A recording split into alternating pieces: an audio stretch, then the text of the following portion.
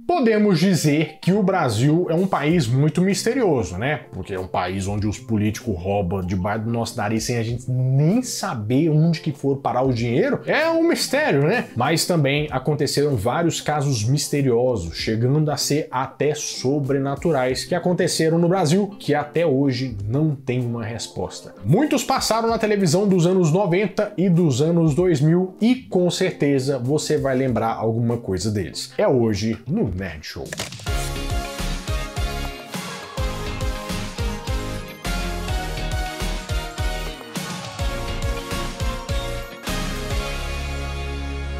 Fala, meus queridos amigos, como estão vocês? Vocês estão bom, né? Vamos começar contando um caso de uma menina de 13 anos que supostamente era assombrada, ou era isso que o pessoal pensava na época. Você conhece o caso da Leonice Fritz? O que aconteceu? Leonice Fritz era uma menina de até então 13 anos, em 1988, que foi quando aconteceu o primeiro caso, e que diziam as pessoas que tudo ao redor dela começava a fazer barulho, se movimentava. Sem tocar nos objetos, a menina Leonice quebrava copos e arrastava cadeiras. Na sala de aula, inexplicavelmente surgiam rajadas de vento. E pelo menos uma vez, um chapéu saiu voando pela janela. E esse caso ficou muito famoso também 2 anos depois, quando o Fantástico fez uma matéria que passou no Brasil inteiro. Leonice mora aqui nesta casa, a mesma de 2 anos atrás. Só que hoje sem o movimento de pessoas curiosas que vinham até aqui ver de perto os fenômenos estranhos provocados por ela. Hoje parece que tudo voltou ao normal nesta casa. Essa matéria é impactante e uma cena ficou bem clássica, que é essa menina debaixo de umas cobertas e a coberta mexendo sozinha. Na cama, sem que ela mexesse no cobertor, acontecia isso. E que depois o colchão teria virado sozinho, levantado sozinho, que deixou muita gente perturbada nessa época, achando que não ia dormir mais. Nessa reportagem também mostra que um parapsicólogo estava acompanhando o caso. O padre Divino Friedrich, especialista em parapsicologia, viu os fenômenos de perto e começou a ajudar a menina. E segundo a explicação dele, a menina usava a telergia. Telergia é uma força física dirigida pelo inconsciente de uma pessoa parapsicologicamente dotada. E tipologia é um barulho, uma batida ou várias batidas, podem ser contínuas ou intermitentes, de uma pessoa dotada também que produz isto pelo inconsciente. É meio que Fada Bela usando os poderes lá no Caça-Talentos. Só que o que chamava muita atenção nessa reportagem é que a menina ela sempre parecia meio exausta, meio cansada. E parecia até porque quando ela fez a reportagem, as pessoas iam muito ao redor da casa dela para ficar vendo, se entender. Aquela curiosidade que quando tem um acidente o povo para ver. Só que imagina isso numa casa. Por causa disso, os pais falaram que a menina até não ia falar mais e que eles também não iam mais comentar o caso. Mas a família não gosta de falar sobre o que aconteceu. O padre, quando nós fomos para lá, ele disse para não falar mais, porque talvez às vezes acontecia que voltava de novo. E assim, nem falar mais, nem se preocupar, daí não volta nunca mais. Ela estava tão cansada que uma carta ela até pediu: não deixe-me sozinha, pai. Leve-me, por favor. Só que um tempo depois de adulta, ela resolveu revisitar isso e falar um pouquinho sobre o que acontecia. Eu pensava que esse papel voava, ele voava.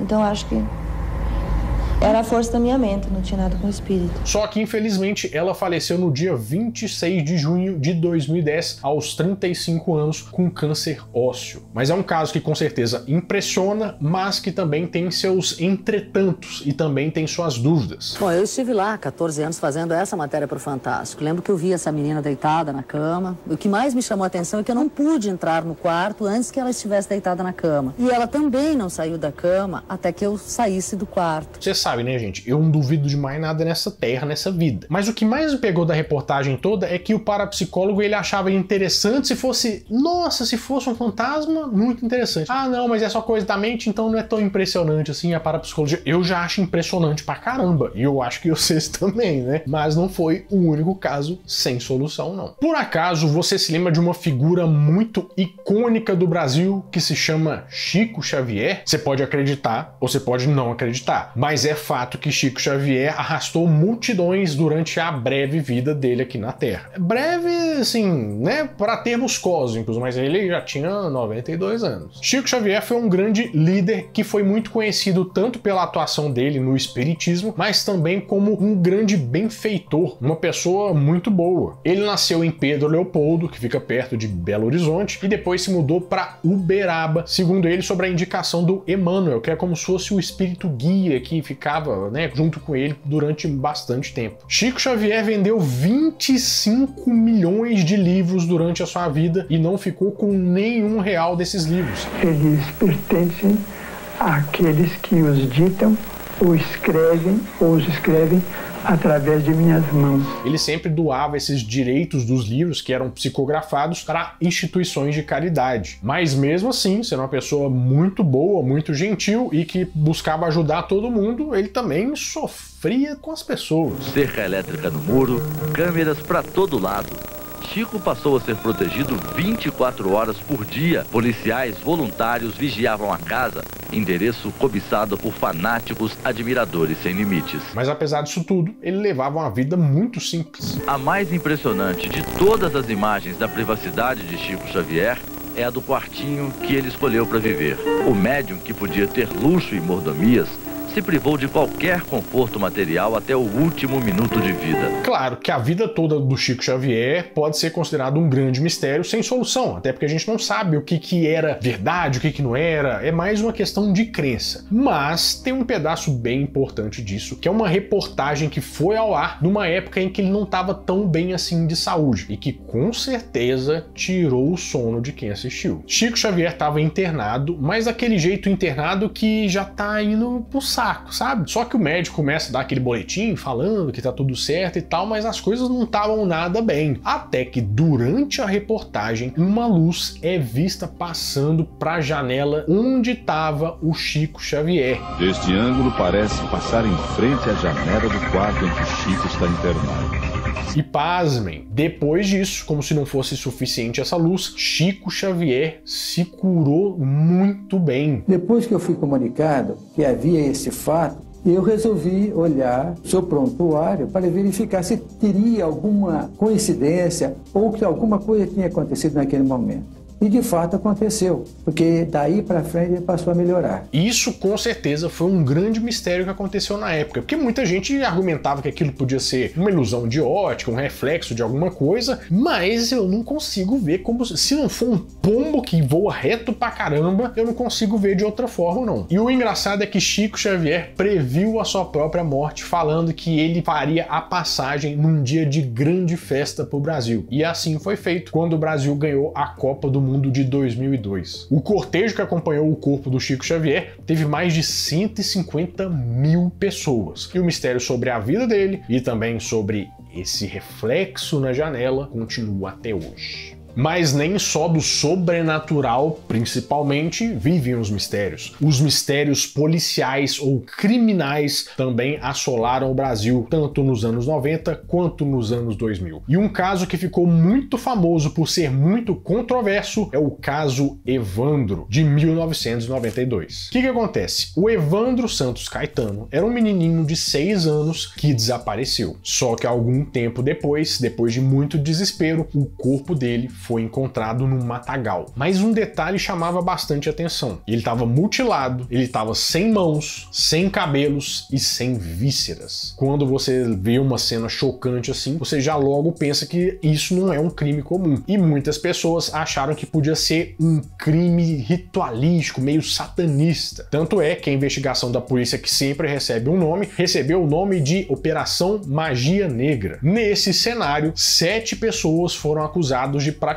esse tal ritual e de tirar a vida e também profanar o corpo do Evandro. Entre essas duas pessoas, a ex-mulher e a filha do prefeito da cidade onde aconteceu, que é a cidade de Guaratuba, no Paraná. Tanto é que esse caso também ficou conhecido como as Bruxas de Guaratuba. Mas tudo parecia correr bem ou normal, no jeito que se pode chamar isso de normal, quando eles fizeram confissões, ou seja, confessaram o crime que fizeram com o menino. menino, e isso e aquilo. Tudo isso na fase de investigação policial. Mas só que mesmo nessa época começou a rolar um burburinho da defesa falando que tinha tido tortura policial. Ou seja, que as pessoas tinham sido torturadas ou ameaçadas e tal de uma forma psicológica ou física mesmo, batendo e tal, para que elas confessassem. E isso se arrastou durante anos e anos, até que em 2018 foi lançado um podcast que ficou muito famoso que se chama Projeto Humanos, em que áudios suprimidos que a defesa alegava que existiam das torturas foram disponibilizados, o que deu um giro de 360 graus no caso. Segundo esses áudios, as pessoas realmente foram torturadas para falar, para confessar o que os policiais queriam. E uma revisão criminal foi feita em 2021 que ficou comprovado o erro judiciário. As pessoas foram inocentadas, até um cara que já tinha sido preso e morreu na prisão. Eles chegaram à conclusão que as provas foram juntadas ou organizadas de forma ilícita, ou seja, com tortura. Infelizmente, esse caso muito estranho e muito perturbador nunca teve um final. E, na verdade, ele está mais próximo do início do que de ter um final. E é engraçado quando a gente via televisão antigamente que os programas de mistério eles estavam muito presentes nas grades dos canais de televisão, né? Hoje em dia, isso quase não existe mais. Mas antigamente, a gente tinha reportagens que eram recorrentes, que eram meio que atualizadas e nunca chegavam a uma conclusão, mas que eram muito interessantes, elas eram. Você se lembra das reportagens falando sobre EQM, ou experiências de quase morte? As pessoas se referem a essa experiência como próxima à morte,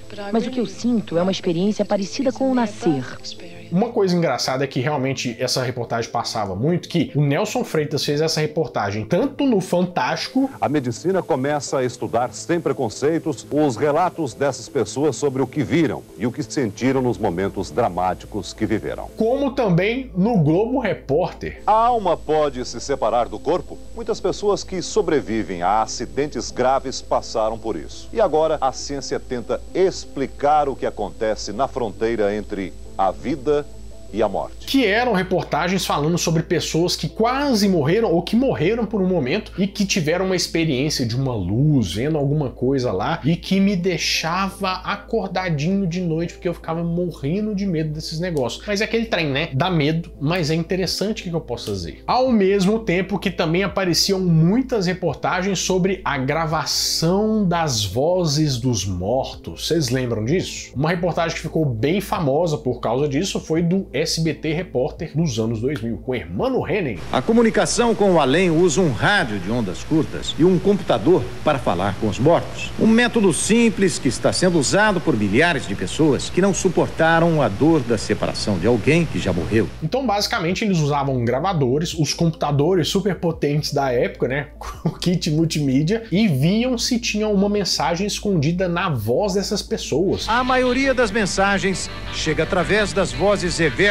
É que os mortos se comunicam de trás para frente. Não tem como você não achar que tem alguma coisa ali quando um cara da equipe ouve a mãe dele falando. Mas o Daniel, iluminador da nossa equipe, garante, a voz é da mãe dele. Inclusive a frase, né, fala, filho meu. Minha mãe sempre, quando eu chegava em casa, ela falava, fala filho meu. E até o repórter mandando um recado saiu totalmente desconcertado, porque a mãe e o pai dele apareceram. Oi, aqui é o Ed Polo, eu gostaria de manter contato com vocês. Uma voz diz, o seu pai está aqui. E seu pai é falecido? Eu perdi meu pai. E um pouco depois, uma voz feminina diz, a mãe. Também não tenho mãe.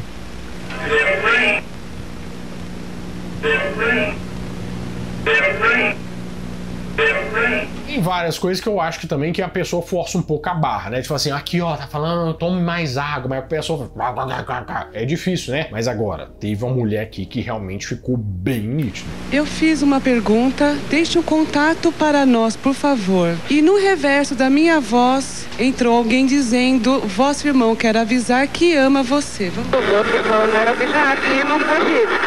Esse é o reverso. Esse é o reverso. A sua voz invertida. Invertida. A sua mensagem como é que foi? Minha mensagem é essa aqui. Deixe um contato para nós, por favor. Deixa uma mensagem para nós, por favor. E a resposta foi qual? Vosso irmão quer avisar que ama você. Vosso irmão quer avisar que ama você. curioso é que a sua voz está invertida aí. Está invertida, a minha voz está invertida nesse contato. Se você acredita ou não, eu não sei. Pode ser porque as placas dos computadores, a PCI, aquela placa mãe, motherboard, não sei o que, 256, era mais ou menos, podia ser também. Mas que isso é um grande mistério e que a gente adorava saber dessas reportagens, que a gente não ia saber o que acontecia no final, a gente gostava, né? E se eu tiver reportagens mais misteriosas, eu trago aqui pra vocês. Bom, vou ficando por aqui, mas toda semana eu volto com mais um vídeo quentinho, fresquinho, crocante pra vocês. Então, adeus!